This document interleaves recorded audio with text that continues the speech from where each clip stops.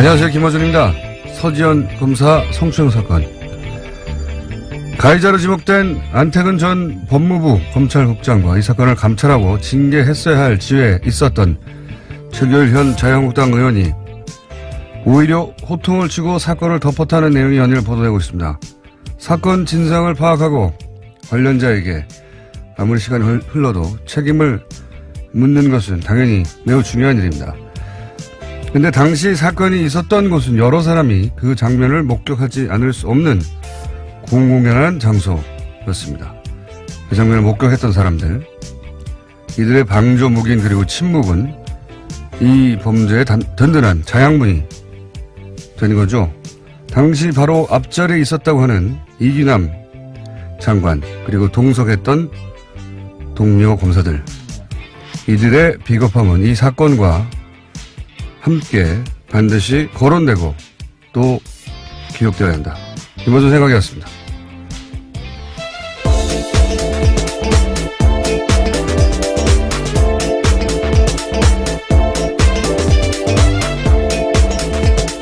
시사인의 김은지입니다. 네. 이런 사건에는 이제 한두 사람 이름이 계속 거론되고 그리고 끝나는데 이런 걸 침묵의 카르텔이라고 하죠, 원래. 네. 어떤 집단에게 불리한 문제에 대해서 내부인들이 이제 입을 닫아버리는. 근데 이게 침묵의 카르텔은 조직이나 집단을 보호하려고 하는 건데, 이거는 그거보다 더 나쁜 케이스. 왜냐면은, 그냥 자기를 보호한 거거든요. 입을 다물고 있었던 사람들. 저는 입을 다물고 있었던 그 앞에 그걸 봤던 여러 사람들, 그 이후로도 서검사가 여러 가지 인사상 불이익이나 그런 걸 겪었다고 하는데, 그때 안 도와준 거거든요, 아무도. 네, 동료 검사였지만요, 모두 침묵한 겁니다. 언론이 주로 이제 가해자나 또는 당시 감찰 책임자만 다루는데, 그 사람들이 그렇게 했던 이유가 다른 사람들이 가만히 있을 거라는 걸 알기 때문이잖아요. 이 침묵 방조는 사법 처리를 못하겠지만, 기록을 해둬야 된다. 예, 또 하나 제안하고 싶은 게 사건 관련해서 안태근 가해자라는 이름을 좀 더 강조해줬으면 좋겠는데요. 안태근 성추행 사건이라고 부르는 게 어떨까 싶기도 합니다. 그렇군요. 네. 자, 근데 본인은 이제 기억나지 않는다. 네, 사실 사과는 하긴 했는데요. 술 취해서 기억나지 않는다라는 입장을 견지하고 있습니다. 그랬다면이라는 전제를 그렇죠. 달고 술 취해서 기억나지 않는데 그랬다면. 근데 이제 기억나지 않을 수 없죠. 왜냐하면 그 당시 정말로 기억이 안 난다 하더라도 그 다음 날부터 계속 이런 문제나 감찰 혹은 내부에서 얘기가 있었는데 어떻게 기억이 안 나겠어요. 예. 자, 그 이후 나도 당했다고 하는 또 전직 여검사의 폭로가 있었죠. 예. 네, 서지현 검사의 미투 해시태그에 응답하듯이 다른 피해자도 용기를 내서 입을 열고 있는 겁니다. 어제 SBS가 과거 검찰 간부에게 성추행을 당한 또 다른 전직 검사 인터뷰를 보도했는데요. 한 지검에 재직할 당시에 고위 간부가 의도적으로 자신을 성추행했다라는 겁니다. 관사 주소를 주면서 자기만 혼자 오게 만들었고요. 거기 가서도 부적절한 행동들을 했다라는 거고, 뿐만 아니라 여러 가지 성추행적 발언도 했다라고 합니다. 검사라고 하면 우리 사회에서 일반적으로 매우 두려운 존재잖아요. 예. 기소권도 가지고 있고. 예, 독점하고 있습니다. 예. 그런 검사조차도, 예. 그리고 법을 굉장히 잘 알고, 힘도 세고, 예. 기소권도 가지고 있는 검사조차 집단 내에서 이런 일을 겪는다는 사실 자체가 가지는, 그리고 나서 이제 그런 일을 겪고 나서 겪어서 손 치더라도 사건으로서 그 이유는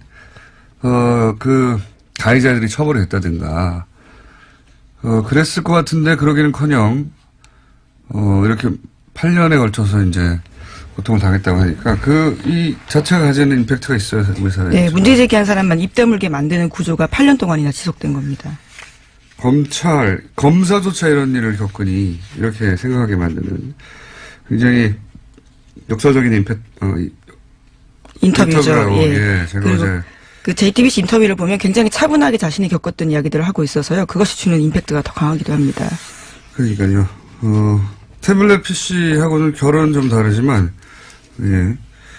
굉장히 우리 언론사에 남을 이정표가 되는 인터뷰라고 생각이 듭니다.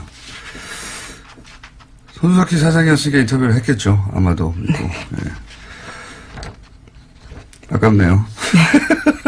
뉴스공장에서 했어야 하는데. 네, 다음 또 다른 인터뷰를 시도해 보시는 걸로. 예. 자, 관련해서 이제 뭐 여러 뉴스가 쏟아져 나오고, 이문정 검사도 최길 현 자유한국당 의원이, 나는 사실, 은폐 관여한 적이 없고, 뭐 알지도 못한다고 하니까, 관련해서 네, 사건을 덮으려고 했다라는 식의 이야기를 하고 있는데요. 네. 당사자가 문제 삼지 않겠다는데 왜 네가 들쑤시고 다니냐면서 화냈다라는 이야기를요. 서지현 검사가 다시 한번 증언했습니다. 당사자가 문제 삼지 않겠다는 말을 할 리가 있나요? 네, 이미 문제 제기를 내부적으로 했다고 하는데요. 이런 식으로 덮으려고 한 겁니다. 이것도 본인은 알지도 못하고 예, 덮은 사실도 없다. 네, 하지만 본인 상황이 곤란해지자요. 어제 국회 본회의 불참하면서 계속해서 기자들을 피해 다니고 있다고 합니다. 그러니까 임 검사 또는 뭐 서 검사는 이 일에 대해서 최교일 현 자유한국당 의원이고 당신은 법무감찰국장이었던가요? 예, 법무부. 그렇습니다. 예. 임 검사나 서 검사가 없던 일을 만들 이유는 없는데 최 의원이 있는 일을 기억에서 지워버리고 싶을 수는 있어요. 네, 기억 안 난다는 요지를 계속해서 강조하고 있습니다. 두 사람 다 기억이 나지 않는다고 하고 있고, 예. 자, 그리고 이 두 분이 이제 당시 굉장히 엘리트 검사였고 파워 있었다, 뭐 이런 얘기죠. 예. 검찰 핵심 요직에 있었기 때문에 서지현 검사가 용기를 내는데 8년이나 걸렸다라고 볼 수밖에 없는데요. 서지현 검사가 부당한 사무감사를 받았다고 주장했던 2014년에는 안태근 전 검사가 법무부 기획조정실장이었습니다. 근데 이제 인터넷상에서 더 화제가 되는 건, 이, 안태근 전 검사가, 자신이 다니는 교회에 가서, 예, 간증한 게 있어요. 예, 굉장히 화제가 됐는데, 이 간증의 마지막 부분만 잠깐 들어보시겠습니다.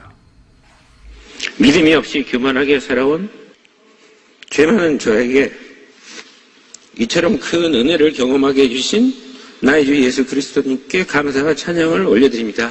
아멘.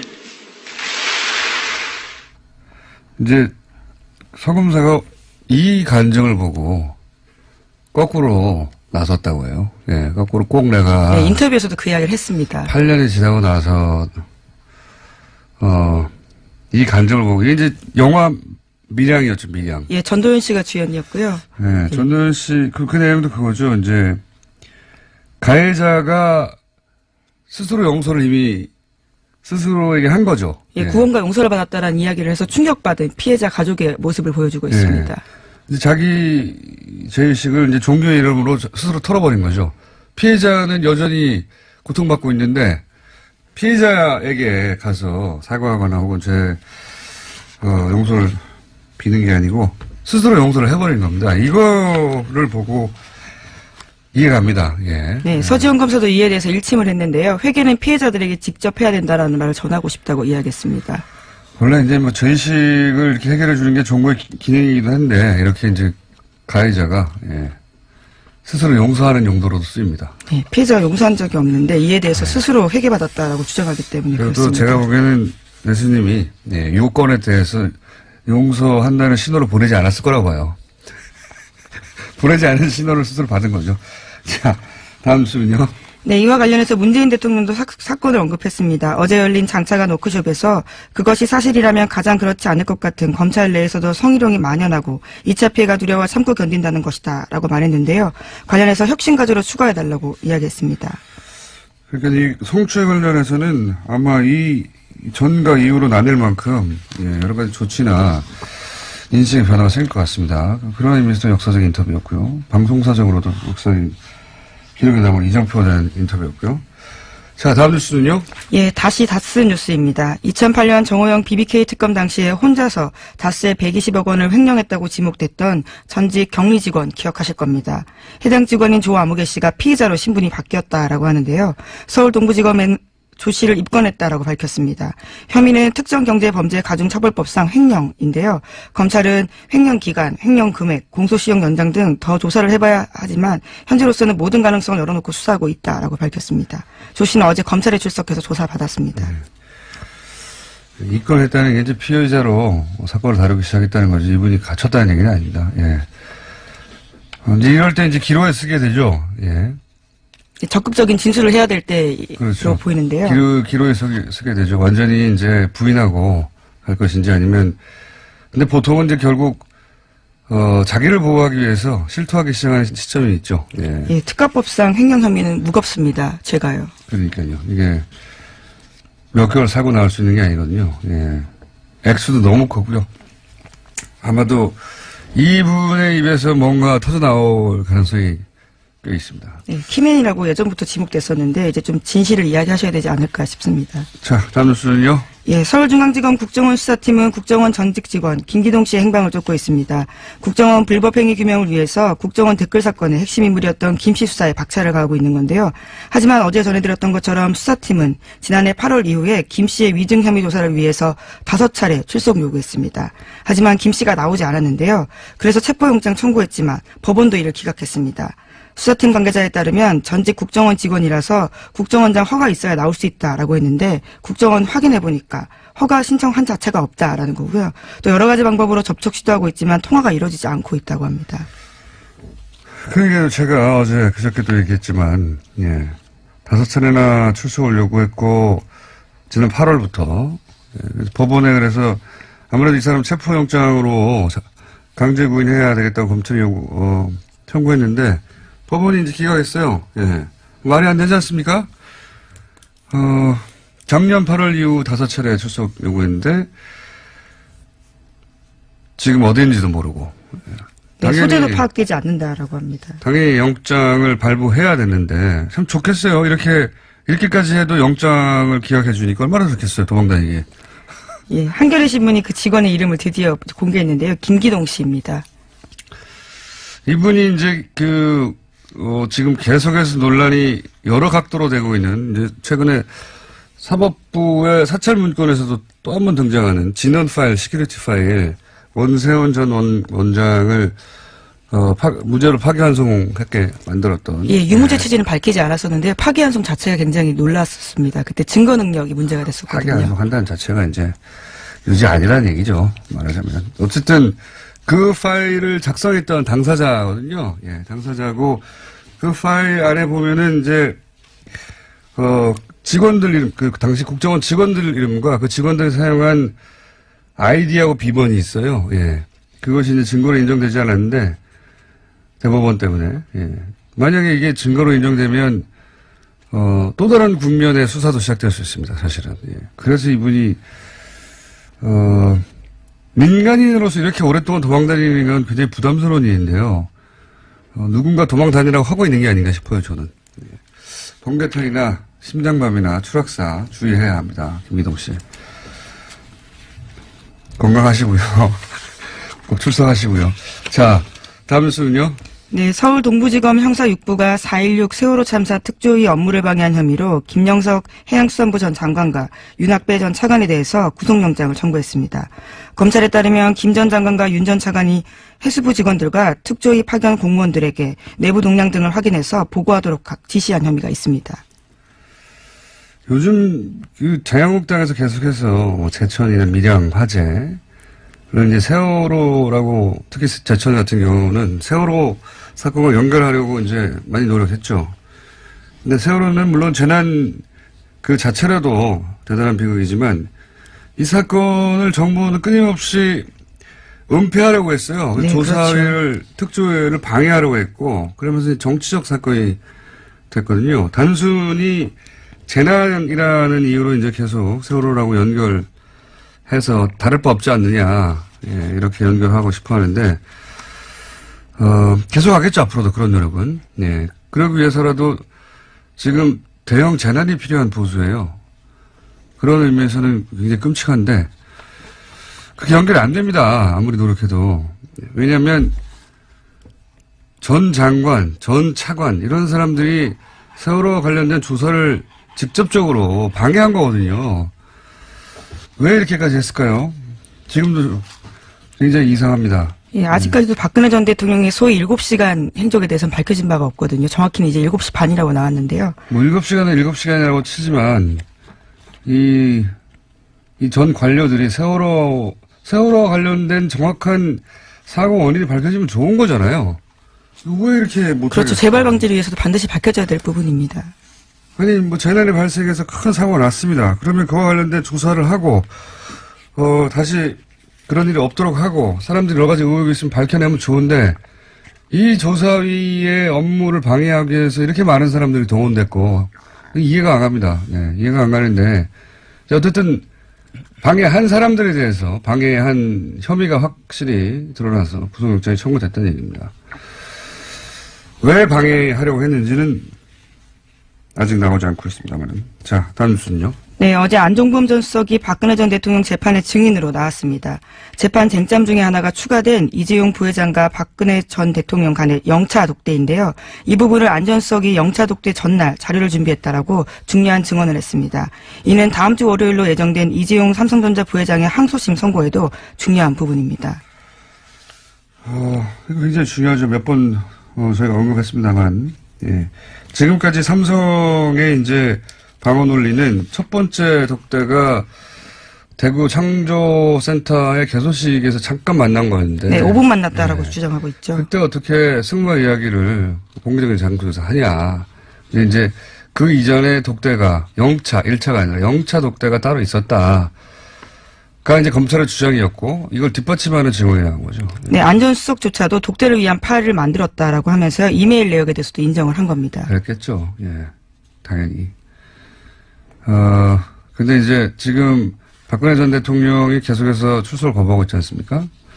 근데 이제 국선 변호인단이 그거를 어쨌든 변호인단은 나가야 되니까요. 변호인단이 이제 대응을 하는데 지금 안종범 전 수석이 그랬던 걸로 기억한다. 영차 독대, 이제 종합한 취지는 영차 독대가 있었다. 네, 굉장히 의미 있는 진술인 거죠. 중요한 진술이죠. 예.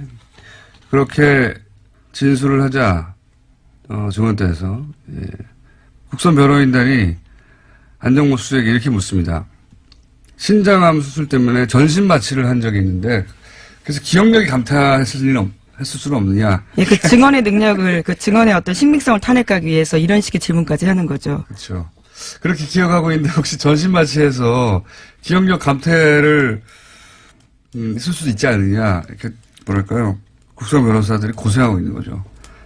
할 수 있는 반론이 별로 없으니까 그 기억이 혹시 마취이기 때문에 잘못했을 가능성은 없을까요? 이렇게 대묻는. 뭐라도 묻긴 물어야 되니까요. 네, 하지만 구체적인 답들을 계속했는데요. 박근혜 전 대통령이 대기업 총수들과의 독대는 보안사항이라고 강조했다고 이야기하고 있습니다. 알겠습니다. 자, 시간이 거의 다 됐네요. 하나 정도 더 할 수 있을 것 같습니다. 예, 오는 2월 4일로 예정된 국민의당 바른정당 통합의결 전당대회에 있습니다. 여기에 전당대회 준비가 대표당원 중복 문제 제기로 급정차했습니다. 김중로 전준위원장이 어제 기자간담회를 열었는데요. 도저히 전당대회 준비 작업을 계속할 수 없는 상황에 처했다라고 밝혔습니다. 이거는 참 재밌는 뉴스네요. 전당대회를 어떻게든 하기 위해서 이제 대표당원을 10,000명에서 6,000명 수준으로 줄였단 말이죠. 네, 그렇죠. 네. 그래도 3,000명 이상이 와야 돼요. 그렇죠? 근데 이제 아무리 새벽 6시부터 하고 뭐 23곳에서 화상으로 하고 해도 어쨌든 물리적으로 그 장소까지 가야 되거든요. 전당대회를 하려고 모든 수단을 다 동원했는데 만약에 성원이 안 된다. 또는 거기서 찬성표가 과반이 넘지 않는다. 예. 그러면은 그 자체로 통합의 명분이 당원들이 원해서 하는 거라고 하는데, 이게 무너지죠. 예. 그러니까 자신이 없어서 전당대회를 안 하려고 하는 겁니다, 이거. 이 뉴스의 진짜 의미는 전당대회를 안 하려고 하는 것이다. 이게 저의 해석입니다. 예, 어제 민주평화당 대변인 쪽에서도 그런 이야기들을 했습니다. 전당대회마저 무산시키려고 하고 있다고요. 예. 전당대회가 자신이 없으니까 전당대회도 안 하려고 하는 건데, 이게 이제, 이렇게 되면 또, 논리적, 법률적, 혹은 규정상의 모순에 빠지는 거죠. 원래 당의 합당, 이건 전당대회를 통해서 해야 되거든요. 예, 그렇죠. 근데, 그럼 전당대회가 아닌 방법으로 하려면 당헌을 바꿔야 돼요. 당헌을. 당의 헌법이죠. 왜냐면 거기에 전당대회를 통해서만 합당이나 해산이 가능하다 했으니까. 근데 당헌을 바꾸려면 전당대회를 해야 돼요, 또. 전당대회를 하지 않고 당원을 바꾸고, 그리고 예를 들어서 뭐, 전당원 투표 같은 걸로 했다. 정당사에 남겠네요. 안 하려고 하는 겁니다. 네. 네, 오늘 관련 대책을 논의할 예정이라고 합니다. 안철수 대표가요. 아, 굉장한 재밌는 뉴스네요. 여기까지 하겠습니다. 시사인의 김은지였습니다. 감사합니다. 사법부 블랙리스트 의혹의 핵심은 법원 행정처의 사찰이죠. 사찰은 존재했다 할 수밖에 없는 내용이 가득한 문서가 공개됐는데 이 문서에 이름이 등장하는 당시 판사직에 계셨던 윤나리 변호사님 스튜디오에 직접 나오셨습니다. 안녕하십니까? 안녕하십니까? 네. 대본을 들여다봐도 소용없어요. 제가 그렇게 안 하기 때문에. 대본을 이렇게, 예, 문서처럼 이렇게 네. 들고 계시는데 아무 소용이 없기 때문에. 네, 알겠습니다. 그냥 편하게 하겠습니다. 네. 작년 2월까지 판사셨죠? 네. 작년 2월까지 판사셨고. 이 문서에 이렇게 등장합니다. 윤나리 판사. 자유분방하고 직설적인 면이 있으나 선을 넘진 않는다. 네. 예. 이렇게 평가되어 있어요. 이 문서 보셨죠? 네. 네. 봤습니다. 나중에 봤고요. 네. 처음에 저는 이제 판사가 아니니까 이걸 이제 뒤늦게 보게 됐고요. 갑자기 이제 동료 판사들로부터 자유롭고 직설적인 윤나리 판사 이러면서 갑자기 문서에서 보고 반가워서 카톡 보내 막 이렇게 막 카톡들이 오는 거예요. 그래서 그게 무슨 소리야 이러면서 하더니 이제 찾아봤더니. 보니까 그렇더라고요. 되게 나쁜 평가는 아니에요. 그죠? 저 법원 생활 잘한 것 같습니다. 이 문장을, 좋은 평가든 나쁜 평가든 이렇게 평가의 대상이 단 자체가 기분 나쁘다고 하던데, 보통은. 섬찟하죠. 왜냐면, 이 평가가 다른 판사들한테 물어보니까 상당히 정확하다고. 정확하다. 친한 사람들한테, 이거 상당히 정확한데, 너에 대해서 가까이서 지켜보는 사람이 올린 평가일 수밖에 없다. 이렇게 얘기하더라고요. 그 순간 섬찟하죠. 그랬다는 얘기는, 판사하실 때 가까이 있던 누군가가 이런 평가를 법원 행정처에 직접 혹은 간접으로 건넸다는 얘기잖아요. 그죠? 그렇죠. 거점 법관이라는 단어가 갑자기 생각나네요. 보고서도 많이 읽어보셨나봐요. 다 봤죠, 저는. 네. 예. 재미있는 용어가 많습니다. 거점 법관, 왕당파, 핵심 세력. 예. 핵심 판사라든가. 네. 예. 네. 핵심 판사는 가로치고 나쁜 놈들이고요. 네, 그죠? 맞습니다. 왕당파는 자기들이고요. 이걸 네. 작성한. 그 중에 이제 저는 제일 웃긴 표현이자 저는 뭐 밖에 있는 사람이니까 웃긴 표현이자 이 사람들 진짜 골 때리네 하는 생각이 들었더니 거점 법관이었어요. 거점 법관. 네. 거점 법관이 표현이 자세히 되어 있지는 않지만 결국은 이제 자기들이 믿을 수 있고 네. 그리고 곳곳에 네. 암약하는 네. 빨대, 프락치 내지는 정보원 네. 뭐 일반적으로 그렇게 말할 역할을 하는 사람 판사들이었던 거잖아요. 그렇죠. 네. 그러니까 판사님 주변에도 거점 법관이 있었던 거죠. 있었겠죠. 그렇게 생각하면 판사들이 좀 오싹하지 않습니까? 오싹하죠. 그리고 또 되게 붕괴스럽기도 하고 부끄럽기도 하고 이게 법원에 이런 모습이 있었다는 걸 국민들한테 정말 부끄럽다 이렇게 말하는 사람들도 많고요. 이게 국정원이 아이오나 또는 뭐 이런 요원들 침투시키는 거는 그게 이제 그 사람들의 직업이니까요. 네. 공작이. 판사들이 판사들을 동원해서 이렇게 했다는 거는 진짜 상상하기가 어렵죠. 저희도 그 지점이 제일 아마 판사들이 제일 놀라울 거예요. 동료가 동료를. 그리고 판사들이 만날 수 있는 사람이 별로 없습니다. 거의 외부랑 접촉이 차단된 채 살다시피 하거든요. 네. 집회사 업무량이 엄청 많기도 하고 그 외부랑 접촉해서 한 번씩 문제가 생기니까 오해를 사니까 네, 사건 그래서 관계자를 만나면 네, 그래서 판사 동료들끼리 되게 친해요. 동료애가 좀 그 부분을 이해하는 사람들끼리만 그렇죠. 그런데 그 중에 한 명이 그 중에 가까이 있는 사람들이 이렇게 몰래. 보고를 했다는 거는 정말 놀랍죠. 근데 변명을 조금 한쪽으로 생각하자면 그분들이 그거를 알고 그런 역할을 하는 분도 있었겠지만 모르고 이용당하는 분도 있었을 것 같아요. 그렇죠. 이런 문서가 네. 작성되는 줄 모르고 물어보니까 답변할 수도 걔 있죠. 어떠냐 이러면 이렇지 뭐 이렇게 얘기했을 수도 있어요. 선회하자면. 자유분방하고 직설적이지만 선을 넘진 않아. 근데 이게 문건으로 작성되려면 네. 이 평가가 신뢰할 만한, 그러니까 이런 평가를 할 만큼 잘 알고 있어. 그 사람을, 그 윤나리 변호사님을 잘 알고 있어 하는 사람으로부터 평가가 나와야 이렇게 적을 거잖아요. 그러니까 윤 변호사님 판사 시절에 굉장히 옆에 있었던 사람이죠. 자꾸 그렇게 말씀하시니까 더 섬찟하고 좀. 혹시 결혼을 동료 판사하고 하신 건 아니죠? 전혀 아닙니다. 남편을 의심해 볼 수도 있거든요, 그럴 경우에. 그건 아니다.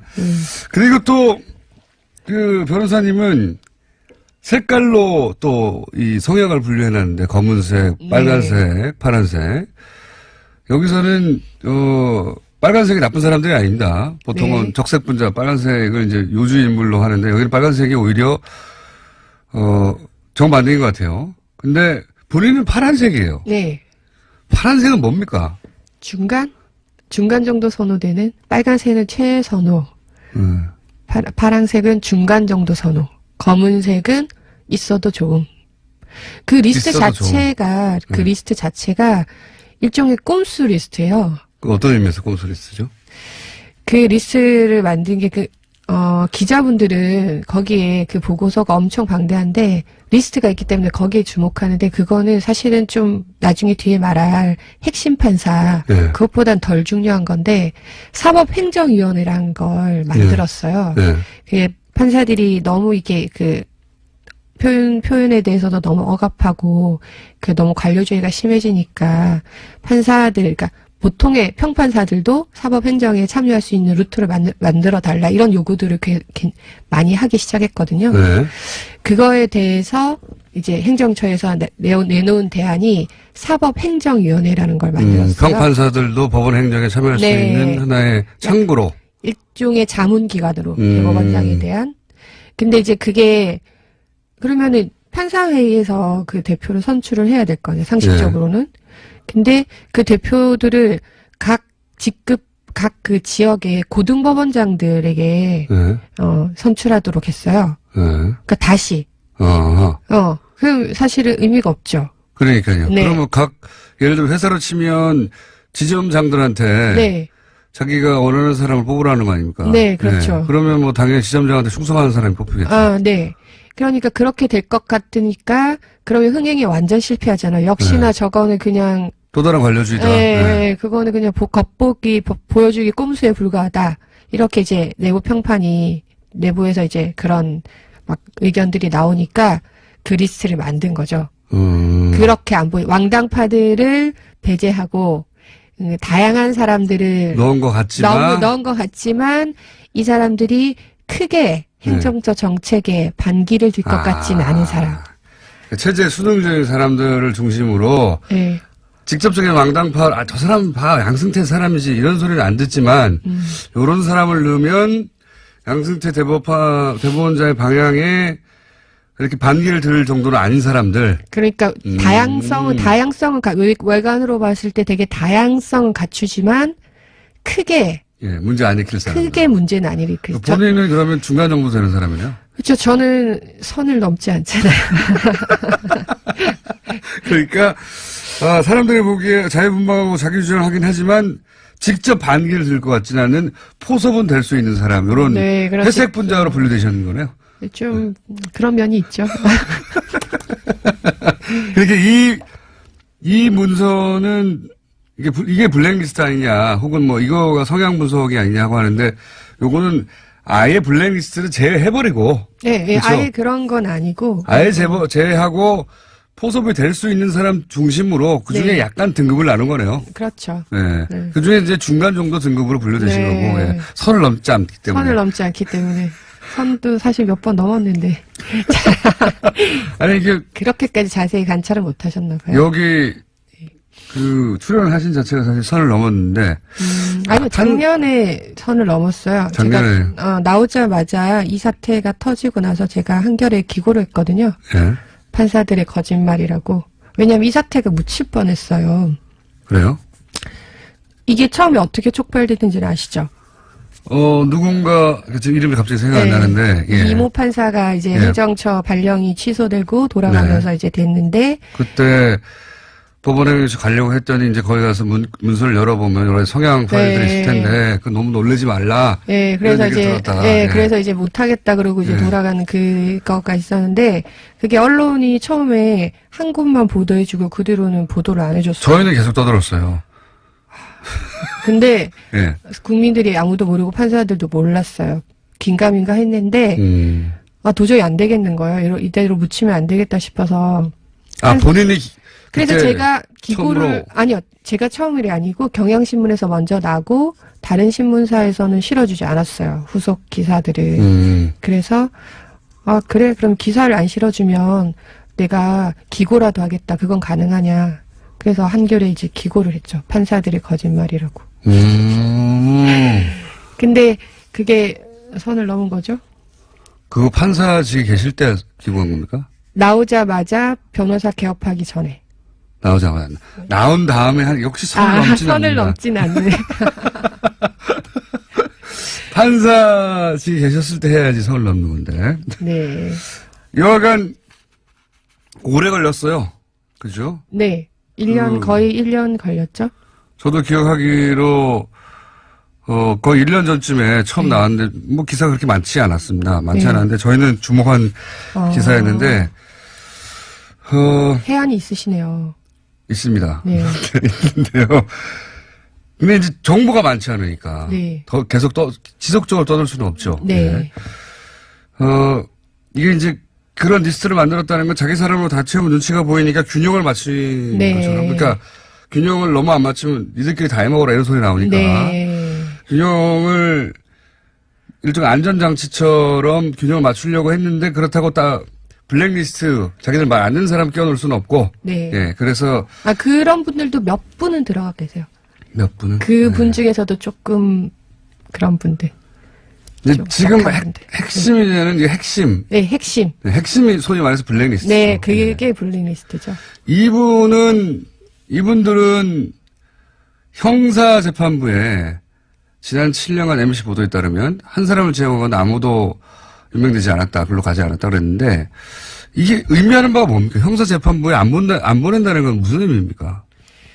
형사재판이 아시다시피 지금 온갖 국정농단 뭐 이런 네. 사건 그리고 우리 공장장님도 형사재판도 받아보시지 않으셨나요? 네, 형사재판이죠, 네, 대부분. 네, 네.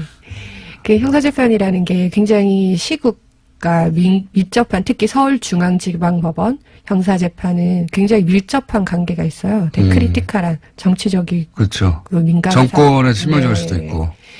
그게 원래 옛날부터 그런 말이 있어서요.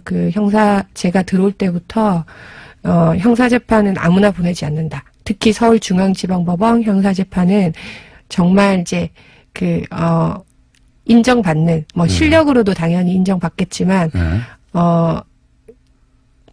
대세 거스리지 않는 판단을 할 사람. 예를 들어 양승태 대법원장 시절에는 양승태 대법원장에 거스르지 않는 사람으로 인사를 하도록 노력했겠군요. 근데 거기에 포함되지 못하는 사람들인 거죠. 그죠? 네. 21명은. 그렇게 했다고 단정할 수는 없지만 네. 옛날부터 그런 말은 판사들 사이에서 자주 섞이게 많이 나왔고 네.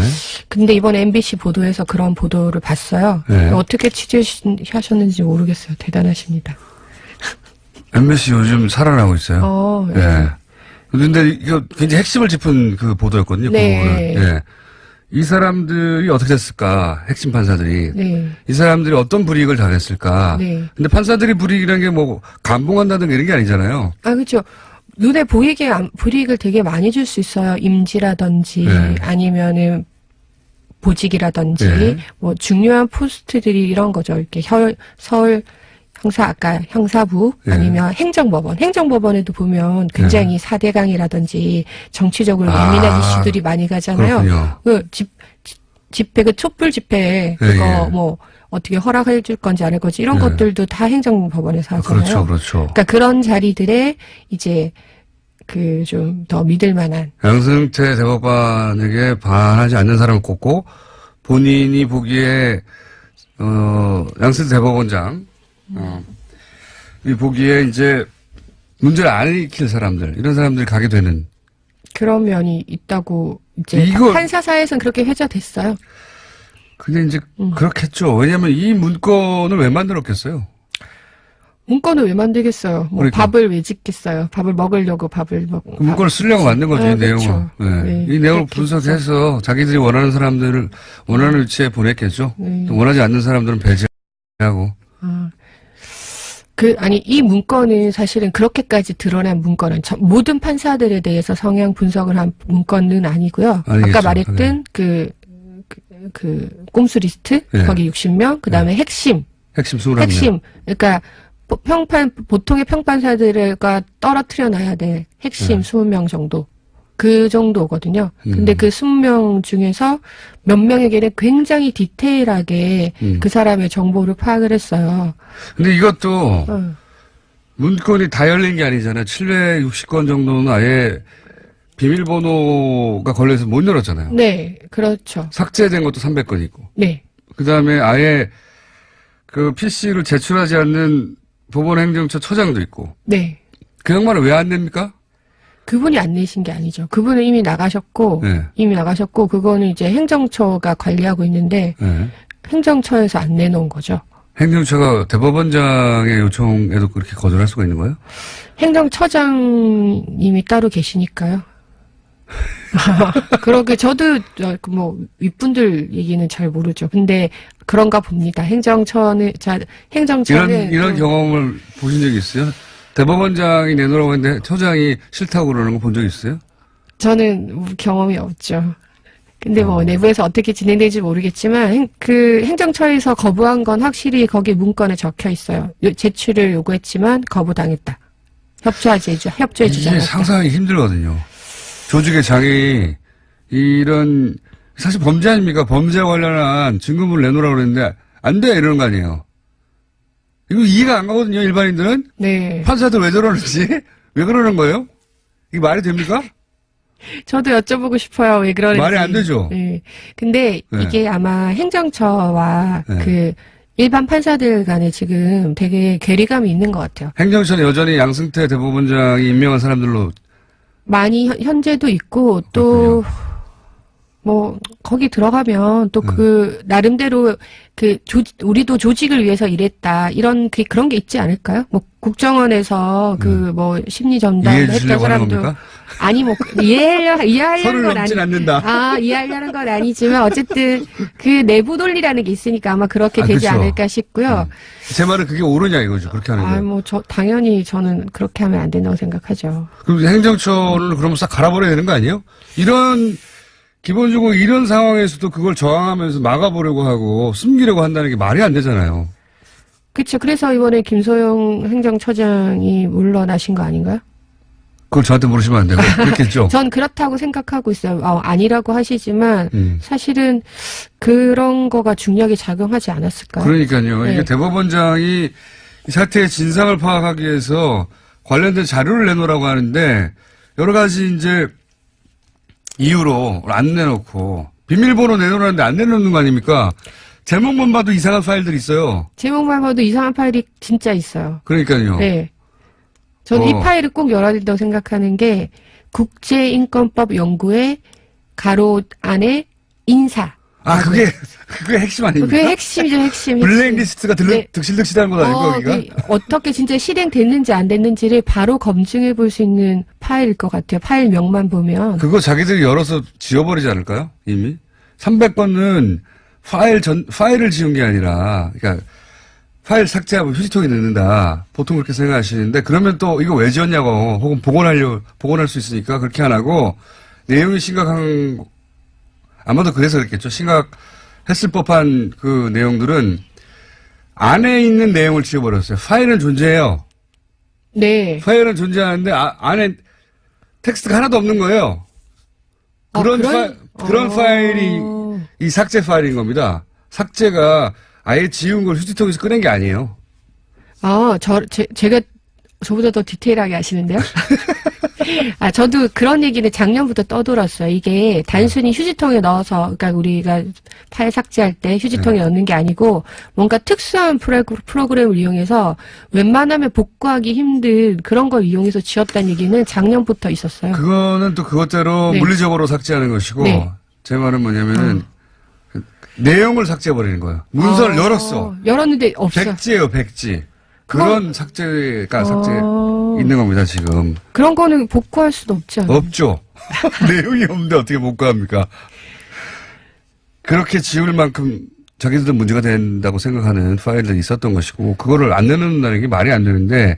근데 못 지운 것들이 이 정도 수준이면 지운 것들은 그러니까요. 네. 비밀번호를 안 내놓는 건 또 그리고 네. 이것도 키워드 검색어로 찾은 거기 때문에 네. 키워드로 안 걸린 것도 얼마나 있겠습니까? 그렇죠. 파일, 그러니까 PC 통째로 안 내놓은 건 또 어떻고요? 이건 네.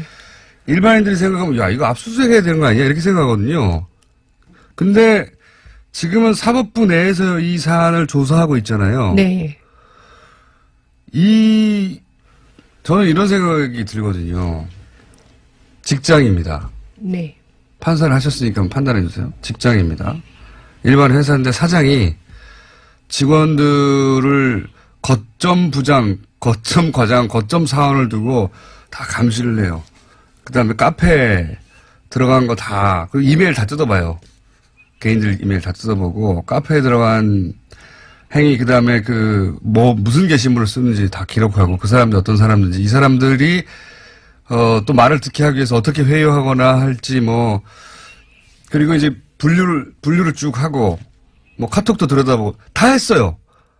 그러니까 직원들끼리 밖에 회사하고 상관은 밖에 나가서 만든 카페에도 다 쫓아가가지고, 그러면 그 사장 직원들로부터 고소고발 당하지 않습니까?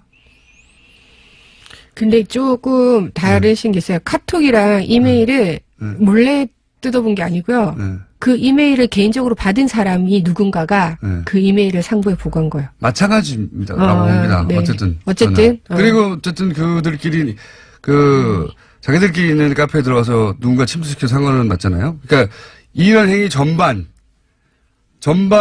대해서 직원들이 알았어요. 분노했어요. 사장에 대해서. 그래서 고소고발이 충분히 이어질 수 있죠. 판사 내부에서 그런 일이 있기는 조금 힘들 것 같아요.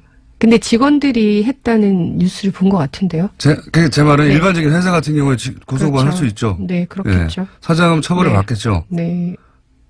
그렇죠. 무슨 죄로? 네, 무슨 죄로 처벌을 받겠죠. 그러면 이 사건도 양승태 대법관이 그렇게 처벌 받아야 되는 거 아닙니까? 판사들에 의해서 지목돼서 저 사람이 그런 일을 했다고. 그거는 좀 더 조사 과정에서 밝혀져야 될 부분인 것 같습니다. 선을 넘지 말아야 되기 때문에. 선을 넘지 않는. 아니, 양승태.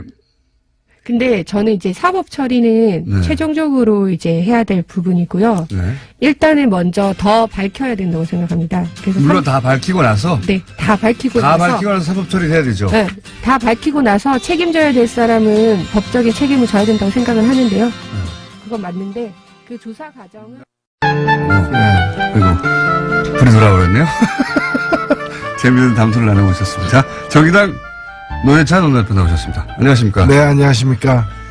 자, 재미있는 담소는 무슨 내용인지 잠시 후에 등장할 겁니다. 자, 이번 주 가장 눈에 띄는 중요한 사건은 서지현 검사의 고발이자 고백입니다. 예. 법사위 소속이시니까 더군다나. 예.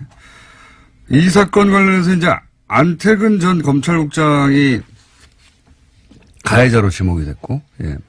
여러 가지 이야기 등장하고 있는데, 안태근 전 검찰국장하고는 또 부딪힌 적이 있으시지 않습니까?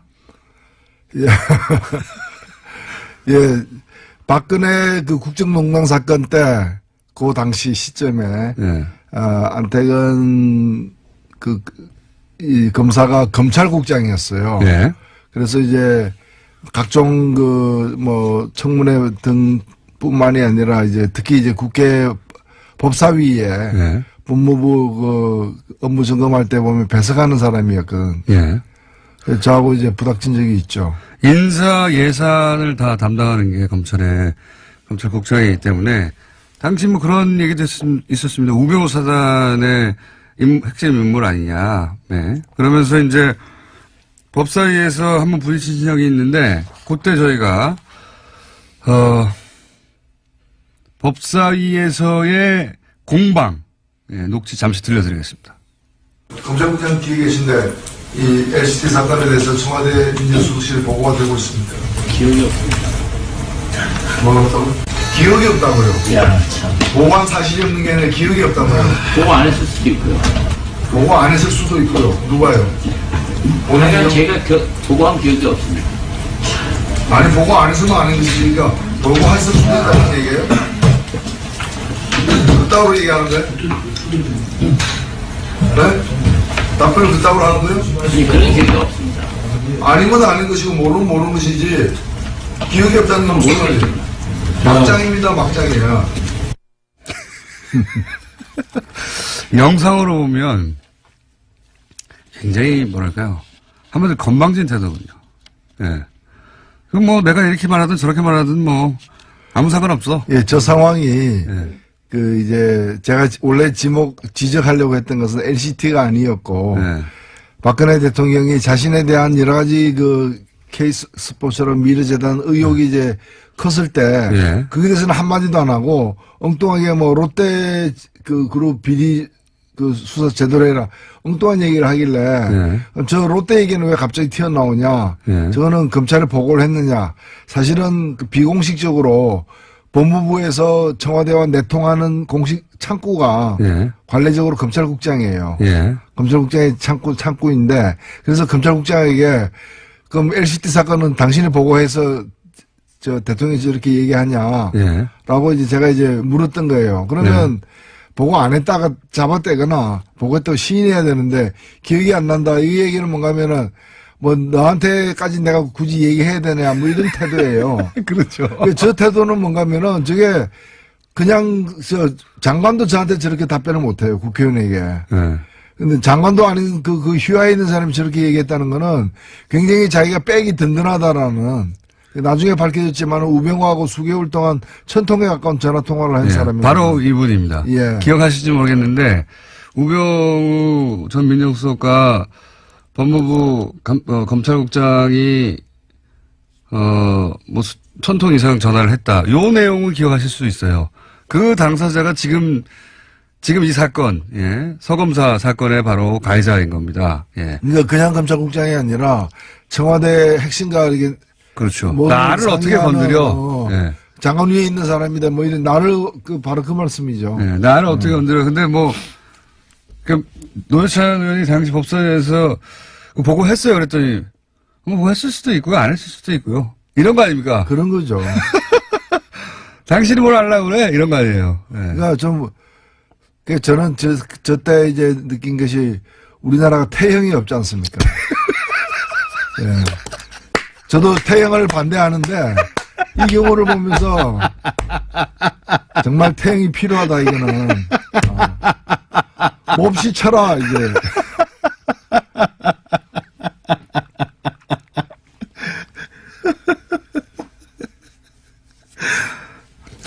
네, 필요하다. 너무 가혹하시네요. 가혹한 게 아니고 그 가혹한 거는 몽둥이에게 가혹한 거죠. 몽둥이가 이제 항의할 것 같았어요. 제가. 하여튼 요 자체도 화제가 됐었어요. 아니 저 사람 누군데 저렇게 법사에 출석해가지고 저런 태도로 말을 하고 있나. 예. 그 자체로 화제가 됐는데 이제 1년 한참 지나고 나서 이 사람이 이 사람이에요. 라고 이제 언론을 통해서 태형 알겠습니다. 그러니까 장관 모시고 있을 때도 예. 그 당시에도 이제 보면은 요직에 법무부 요직에 있었고 예. 그때 이 지금 서지현 검사에 대한 그 성추행 사건 강제추행이지 법적으로는 이 사건도 저는 그런 데서 나왔다 봐요. 그런 거죠. 이제 예. 권력이 없었다면 그런 일을 못했을 거 아니에요. 누가 나를 감히 그런 이런 태도가 거죠. 있지 않고서야 맞은편에 장관이 앉아 있었다고 했잖아요. 예. 그런데도 그랬던 거 아닙니까? 뭐 눈에 보이는 게 없는 거죠. 그렇죠. 예. 그런데 이분이 또 이제 교회에 가서는 이렇게, 예. 본인의 야, 죄를. 법적으로는 자기를 구제하기 힘들다라는 걸 스스로 이제 판단한 거죠. 이제 하나님은 나를 용서하였다. 그러니까 인간 세상에서는 이제 버림받을 수밖에 없다는 걸 자기가 시인한 거죠. 자, 이렇게 띄엄띄엄 이 화제의 인물이 되기도 쉽지 않습니다. 예, 띄엄띄엄 화제의 인물이 다시 한번. 됐고요. 그리고 이제 또 이 사건 당시에 검찰국장은 현 최규일 의원인데, 예, 부인했죠? 예, 부인했지만은 이미 바로 그 당시에 그 또 다른 여자 검사, 이문정 검사가 이 서지현 검사하고 이제 상담하던 중에 이 사실을 알게 되어가지고 알게 된 걸 검찰에서 이렇게 알고 이문정 검사를 불러다가 이렇게 무마하려고 했다는 걸 이문정 검사가 증언을 했기 때문에 이거는 네. 뭐 명백한 사실로 저는 간주되어야 한다고 봅니다. 그러니까요. 예. 그리고 왜 당사자도 가만히 있는데 네가 나와서 호통을 쳤다고 하니까. 예. 충분히 상상할 수 있는 장면이죠. 그렇죠. 그리고 이런 장면이 본인은 기억나지 않는다고 하는 것도 저는 말이 안 된다고 봅니다. 예. 뭐 둘이 조용히 일상적인 대화를 나눈 건 기억나지 않을 수 있는데 그건 사건이지 않습니까? 네. 예.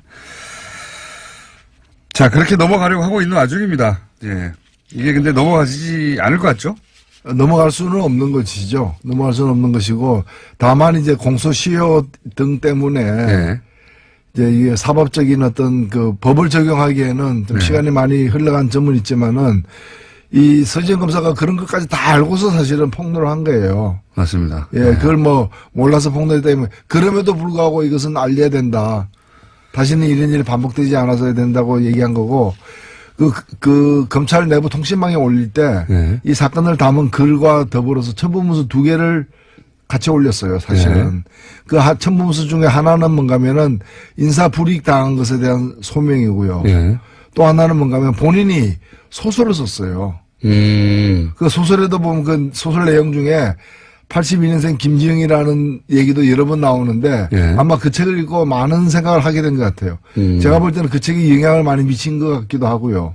그래서 스스로 자기는 이제 나이가 있으니까 지금 40대니까 72년생 박지현이다. 본인 이름이 지현이자. 예, 예. 그러니까 이제 그걸 이제 소설적 인물로서 이제 자기는 72년생 박지현이다라고 여러 번 언급을 해요. 그래서 이 제목 없는 소설인데, 제가 오늘 이 방송 마치고 난 뒤에 본인이 허락한다면은 이 소설을 저는 소설을 갖고 있습니다. 아, 그러세요? 예, 갖고 네. 있는데 이 소설을 본인 허락을 얻어가지고 공개를 하고 싶어요. 어허. 왜냐하면 여기에는 단편 소설인데? 예, 단편 소설인데 네. 본인 얘기가 핵심 줄거리고 100% 있었던 일을 소설로. 그렇죠. 네. 그걸 갖다가 타자화해가지고 어허.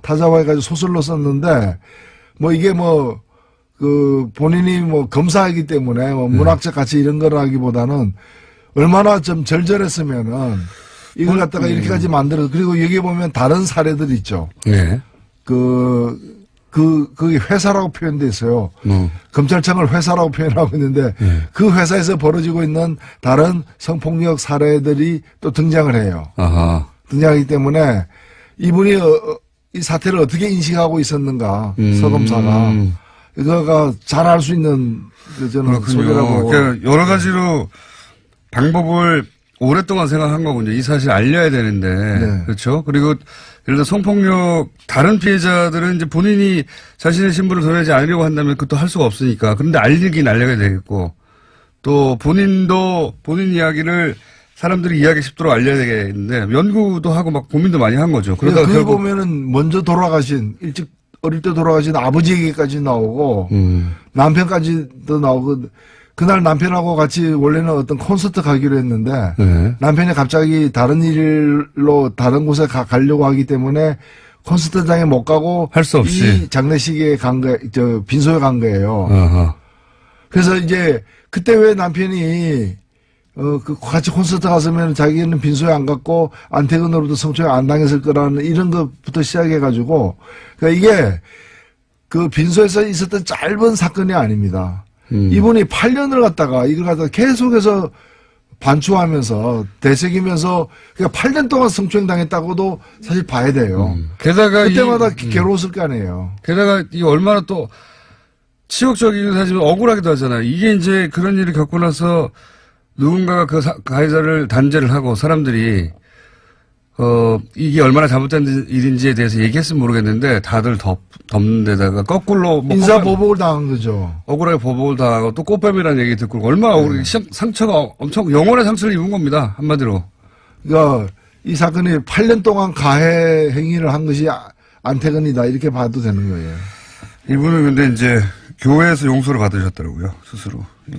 하나님은 구제했을지 몰라도 사람은 우리 그 국민들은 용서할 수 없을 것입니다. 그 하나님이 용서했다는 신호를 보내지 않았는데 신호를 혼자 받으신 것 같기도 해요. 물론이죠. 예. 제가 그 이 사건은 셀프 구제를 한 거죠. 예. 죄사함을 받으셨고 스스로 그 간증 동영상이 없었다면 안 나섰을지도 모릅니다. 이분도 그런 인터뷰에서 그런 얘기했어요. 네. 간증 동영상을 보고 도저히 참을 수가 없었던 거죠. 예. 8년이 지났지만. 그래서 결국 나서신 것 같고요. 자, 또 이제 큰 사건이 안 나오신 동안 발생한 밀양 화재가 있었습니다. 밀양 화재가 있었는데 아마 제천 화재 때 정부에 여러 가지로 큰 타격이 됐다고 생각해서 밀양 화재가 나자마자 자유한국당 지도부들이 총출동을 하게 됩니다. 이번에는 좀 역풍이 불었어요. 그쵸? 예. 거기 가자마자 이제, 지도부에서 내각 총사퇴하라. 또 뭐, 북한 챙기느라 뭐, 국민 안전을 챙기지 못했다. 이런 요지 얘기도 하고. 그런 얘기가 이제 부메랑이 돼서 돌아왔죠. 밀양이라는 지역 자체, 또 뭐 지방 소방행정은 사실은 지자체장의 책임이 있지 않습니까? 예. 요 사건은 어떻게 보셨습니까? 예, 이거는 사실은 제가 그 화재 당일날 바로 내려갔었거든요. 예.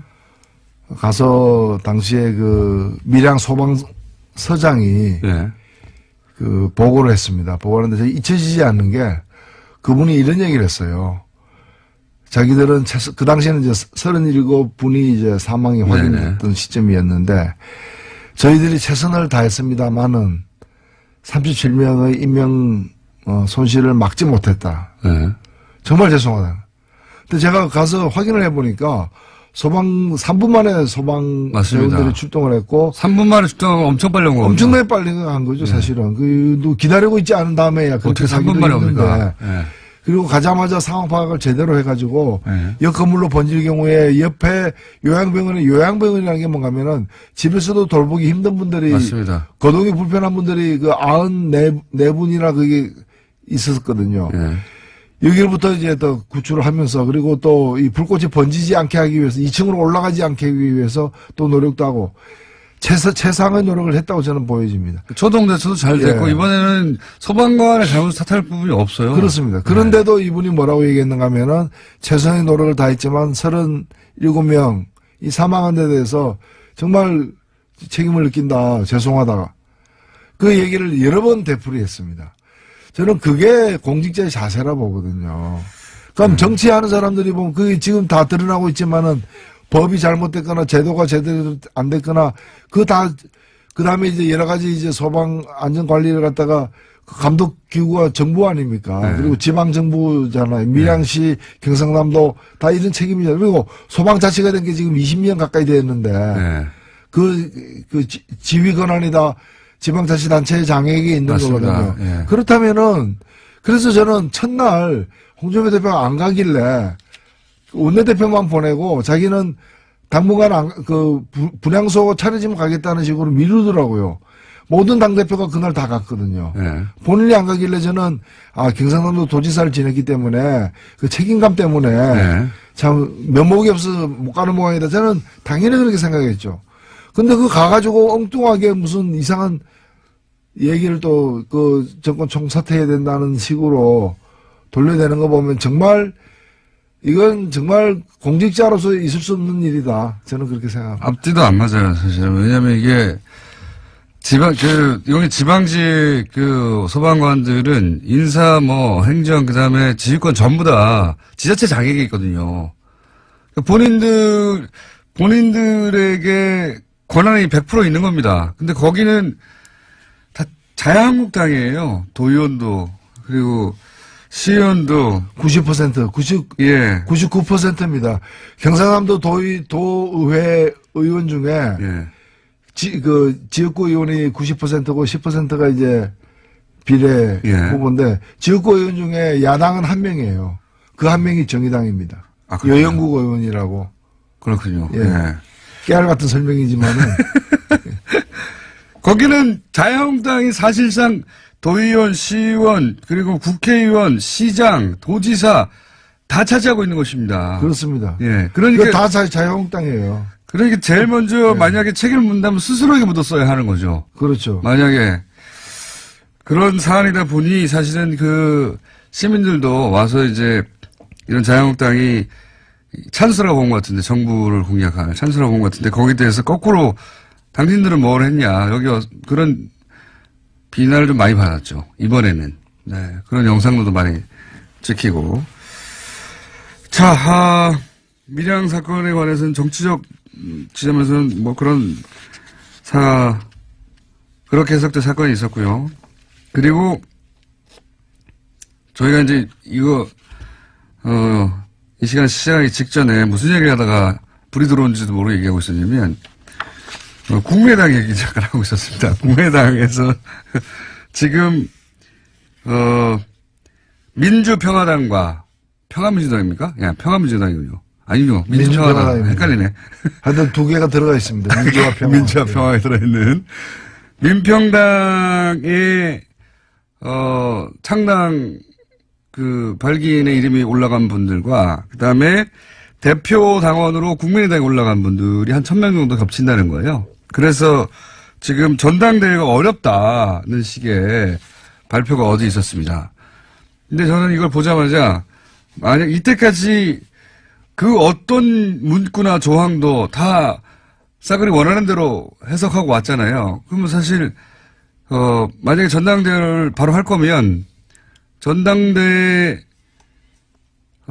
이중으로 이제 등록이 있으면 그 사람들 다 징계하면 되거든요. 예. 징계해가지고 당원권을 정지시키는 데가 여러 가지 방법을 찾으면 되는데, 전당대회 자체를 안 하려고 지금 하는 것 같거든요. 그렇지 않습니까? 전당대회를 안 하려고 하는 것 같아요. 무리를 해서라도 성사시키겠죠. 그러니까 전당대회가 아닌 방식으로 성사시키려고 하는 것 같아요. 아마 지금 말씀은 네. 전당대가 안 될 것 같다라는 관측은 뭔가면은 법을 제대로 지키고 네. 민주주의의 기본 원칙들을 준수하게 되면 전당대회가 될 수가 없다 지금. 네.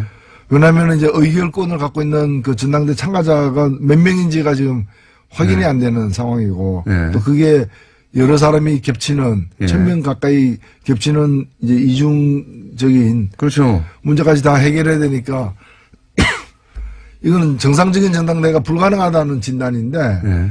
지금 하려고 하는 거는 정상적인 전당대회가 아니에요.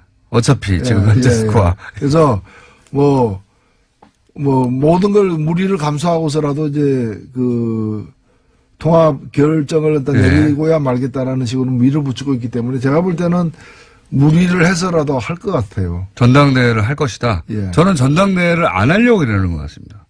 근데 전당대회를 하다 안 하게 되면은 예. 물론 이제 다른 방법을 또 강구를 하겠지만은 예. 이 무리를 피하려다 다른 더 큰 무리를 갖다 범하는 그 전당대회가 어쨌든 3,000명 이상 와야 되지 않습니까? 물리적으로. 3,000명 이상이 안 오지 않을까? 또 3,000명 이상이 왔는데 혹시 거기서 부결시키지 않을까? 그러면 이제 끝장나는 거지 않습니까? 부결되지는 않죠. 예. 부결이 될지도 있죠. 왜냐면은 지금 보면은 이제 부결시키고 싶은 사람들, 반대하는 사람들은 참석 안 할 가능성이 높기 때문에. 예. 모릅니다. 물론 모르죠. 그래서 그런 리스크를 안고 하느니 저쪽은 이미 분당해서 당 만든다고 하는데 전당대회까지 할 필요 있어요. 이렇게 위험 감수하면서 전당대회가 안 하고 할 방법을 찾아봐. 저는 거기서 나오는 전당대회 안 한다에 제가 500원 걸어보겠습니다. 아, 그렇습니까? 네. 예, 돈이 많으시군요.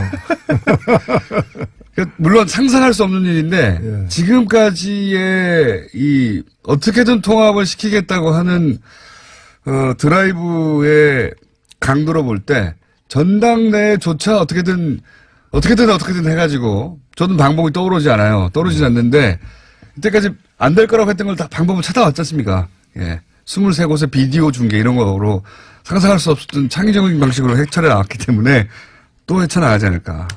하여튼 정치라는 게 이제 국민들에게 대한 이제 교육 효과도 사실 있는 건데 민주주의 이렇게 하면 안 된다. 이런 걸 이제 시리즈로 계속 보여주고 있는 상황이죠. 이건 어떻게 보십니까, 지금? 안철수 대표에게 중재파는 사퇴를 해라. 조기 사퇴를 해라. 예, 그러고 그렇죠? 있죠. 예.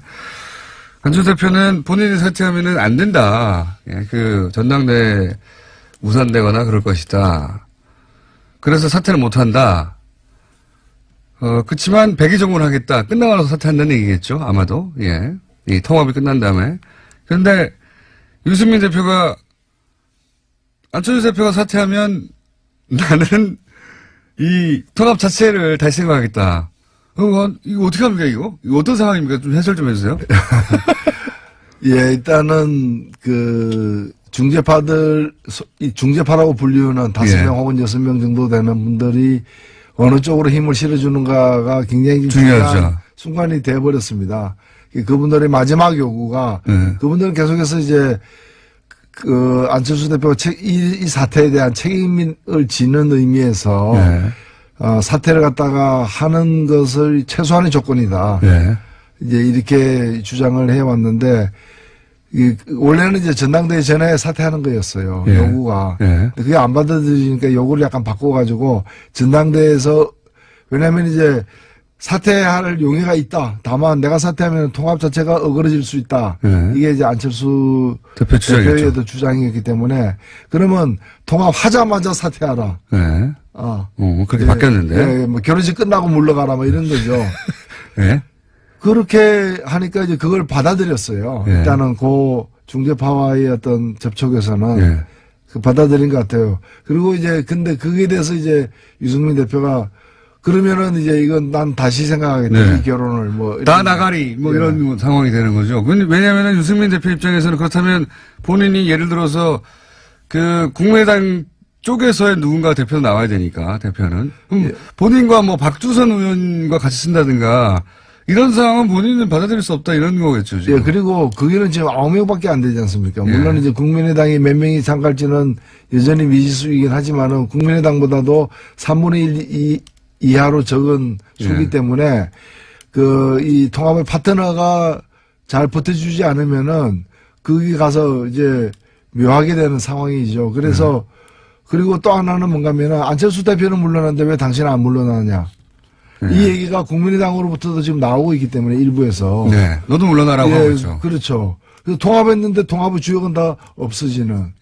시너지도 안 난다. 이런 생각이 막. 이상한 상황이 되는 거죠. 게다가 이제 통합을 했는데 대표에서 물러가면 그러면 국민의당 쪽에서 이 숫자가 많으니까 통합파 쪽에서 이 정당을 끌고 가버리면 바른정당은 보이지가 않지 않습니까? 바른정당은 보수의 기치를 내리면 안 된다고 하는 쪽인데 그러면 이제 실컷 통합했는데 이렇게 흡수된 걸로 보이거든요. 그렇죠. 바른정당 입장에서는. 예. 그거는 싫다는 거죠, 또. 예. 뭐, 바른정당은 여러 가지로 이제 자신감을 갖고서 임하고는 있지만은 지금 이제 이 문제가 마지막 남은 좀 쟁점이 된 것 같아요. 뭐 하루 사이에 아마 내일까지는 결판이 날 것 같은데. 굉장히 어려운 국면입니다. 예. 제가 보기에는. 풀기 쉽지 않아요. 저는 어렵지 않습니다. 예. 강 건너 물입니다. 강 건너 불 아닙니까, 지금? 불인 상황. 아니, 제가 볼 때는 그냥 물이죠. 그래요? 예. 강 건너에도 물은 있으니까. 그럼 어쨌든 전당대회는 할 거라고 보시는 거죠? 예, 전당대회는 이루어질 것이고, 지금 사실 이거 멈추거나 후퇴하게 되면은 최악의 상황이 되기 때문에 차악을 택하는, 그러니까 상처투성이의 통합이 이루어지는, 끝까지는 갈 것 같습니다. 뭐 그 통합이 얼마나 갈지, 몇 개월을 갈지 아니면 올해를 넘길지는 가봐야 알겠습니다만은. 저는 전당대회 이해 방식으로 통합을 선언할 수도 있다. 아, 예. 예, 그런 가능성이 열렸다 이렇게 생각합니다. 무리인데, 예.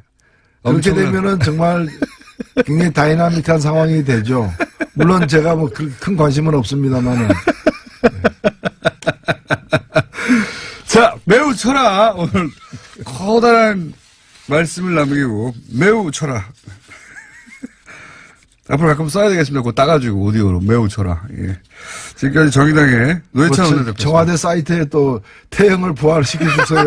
이런 게 올라가면 큰일 납니다. 조선시대의 태형을 부활시켜주세요. 정의당 노회찬 원내대표였습니다. 감사합니다. 예, 고맙습니다. 불친절한 AS. 저도 그랬는데 많은 분들이 태양에서 터졌네요. 예. 전철 안에서 육성으로 터졌습니다. 예. 지하철에서 민망했습니다.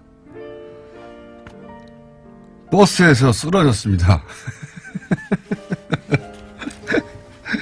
노회찬 의원의 호를 당분간 태용으로 해주십시오. 태용 노회찬. 저도 간만에 생방송하다 이렇게 터진 적은 처음이었습니다. 선을 넘지 않는 윤나리 판사님. 이제 변호사십니다. 네. 오늘도 선을 넘지 않으시군요. 다시 한번 나오시면 선을 넘어갈 수 있도록 제가 드리블을 잘 해보겠습니다. 원종우 씨 코너 오늘 참 재밌네요. 소피아. 이게 넘겨 짚어서 또 문자를 하시는 분들이네요. 오늘 주제는 제가 알기로는 소피아가 아닙니다. 소피아는 아시는 분들은 아시겠지만은, 로봇이 하나 왔어요, 로봇이. 네. 인공지능 로봇. 네. 크게 화제가 되고 있죠. 저도 요거 다룰 줄 알았더니 오늘은 이게 아니네요. 원종우 씨가 요즘 게으른 거죠, 뭐. 여기까지 하겠습니다. 자, 원종우 씨 나오셨습니다. 예, 안녕하세요. 네. 그 소피아 다뤘다고 누가 방금 전에. 네. 저는 그 소피아 별로예요. 어떤 의미에서 그럽니까? 일단 좀 무섭게 생겼고. 너무 무섭게 생겼어, 진짜. 예, 그러니까요. 그게 그 로봇계에서는 이제 언캐니 밸리라는 개념이 있는데. 네. 그게 사람에 가까워졌는데 사람이 아닌 거. 거기에 대해서 굉장히 사람이 반감을 느끼게 되는 당연하죠. 예. 정말 사람 같으면 또 감탄하게 되는데. 그렇죠. 어설프게 사람 같은 거에서 불쾌감을 느끼는 거예요. 예, 그걸 언캐니 밸리라는 그 표현이 있어요. 아, 그래요? 네. 그래서 그게 지금 소피아 거기에 빠져 있는 것 같아서는 사적으로 그렇게 애정이 안 가더라고요. 기술이 거기까지밖에 안 간 거죠. 아직 그런 거죠. 네. 그래서 제가 이제 다른 걸 하기로 한 것이지 뭐 게으르거나 그런 것이 아닙니다. 옆에서 다 듣고 있었어요. 언캐니 밸리. 네, 언캐니 밸리. 언캐니 밸리. 네, 로봇 용어입니다. 언캐니라는 게 뭐 불가사의한 이런 건데. 불편한 뭐 좀 안 좋은 이상한 계곡이라는 뜻인가요? 무슨 그렇죠. 뜻일까요, 이게? 예, 그런 얘기죠. 어쨌든 오늘 제가 할 얘기는 갑자기 새로운 용어가 궁금해서 언캐니 밸리. 네. 들어본 것 같긴 합니다. 많이 일본 학자, 일본 누군가가 주장한 거 아닙니까? 뭔가. 잘 모르겠어요. 다음에 다뤄보기로 하고요. 자. 오늘 얘기는, 얼마 전에 제가 중국의 과학굴기 얘기 드렸잖아요. 네. 그리고 알파 제로 이야기도 드리고 하면서 그 과학기술의 발달에 대해서 얘기를 하다가 네. 아무래도 좀 부담 가진 분들이 많은 것 같아서 지난 시간에 왓슨의 무능함에 또 얘기를 했었고. 왓슨의 무능함. 관련된 얘기를 했었고. 그래서 우리가 과학기술이 발달한 것 같지만 여러 가지 한계들이 있습니다. 그래서 뭐 그런 관련된 얘기 비슷한 거를 좀 드리려고 하는데요. 중국이 지구 궤도에 우주 정거장을 갖고 있잖아요. 천궁이죠. 천궁, 예. 네, 텐궁. 텐궁이라고 하는데. 네, 그쪽에서는. 예, 이게 이제 뭐. 티엔궁이죠. 예, 예. 어쨌든. 지난번에 이제 작년에, 미국만큼이나 많은 로켓을 쐈다. 네. 중국이 그런 얘기도 드렸는데, 이게 이제 텐궁이 한자로 천궁, 즉 하늘의 궁전이라는 의미로 좀 네. 멋있게 지은 건데, 이게 이제 그래비티 영화에 나옵니다. 혹시 뭐. 그렇죠. 네. 예. 건너편에 있는. 그렇죠. 예, 우주정거장으로. 예. 그래서 산드라 블록이 이제 여기에 어떻게 가가지고 네. 이제 지구로의 탈출에 활용을 하잖아요. 요게 길이가 한 10m쯤 되고 무게가 8.5톤이니까 예. 인공위성으로 작은 녀석은 아니에요. 예. 그런데 얘가 이제 곧 떨어질 예정입니다. 너무 빨리 떨어지는 거 아닙니까? 뭐 꼭 그렇지는 않은데요. 그래요? 지금 2011년 9월에 발사가 됐거든요. 2011년 9월 뭐 별로 안 됐네요. 보통 이 정도면 그냥 수명이 다 됩니다. 그래요? 예. 우주정거장이 그렇게밖에 안 돼요? 그러니까 얘의 수명은 그 정도였던 거죠. 물론 뭐 러시아 우주정거장 막 10년, 20년 있지 않았었나요? 있었죠. 네. 예. 또 국제 우주정거장 같은 경우는 더 오래 있긴 네. 하지만 얘는 원래 이제 수명이 그렇게 길게 설계된 것은 아니었고요. 처음부터. 네네. 그래서 수명이 이제 한 7년 되니까 네. 다 돼가지고 고장이 났어요. 그래서 지금 궤도를 이탈하면서 조만간 추락할 상황에 놓여 있다는 거죠. 추락이라. 이게 어떤 상태냐면 지금 지구 상공 270km에서 돌고 있거든요. 네. 근데 원래는 360km에서 돌고 있어서 예. 이미 90km가 떨어졌습니다. 현재 매일 2km씩 궤도가 떨어지고 있어요. 그럼 대기권 진입할 때 불타고 뭐 이렇게 터져가지고 이제 제가 날아가고 뭐 그 파편이 날아가고 뭐 그런 상황 아닙니까? 곧 그런 일이 벌어지는 거죠. 근데 이게 예를 들어서 바다라든가 원하는 지역에 떨어뜨릴 수 있는 기술이 있어야 하잖아요. 바로 이제 그 부분을 제가 얘기를 네. 드리려고 하는데요. 그게 없어요 혹시? 그게 참 야리까리합니다 지금. 그러면 큰일 나는 거 아닙니까? 네, 이게 이제 고도가 200km 안으로 떨어지면은, 들어오면은 떨어지는 속도가 급속히 빨라져서, 네. 지금 현재로서는 2월, 3월 내로 추락할 것이라고 네. 지금 보고 있습니다. 예.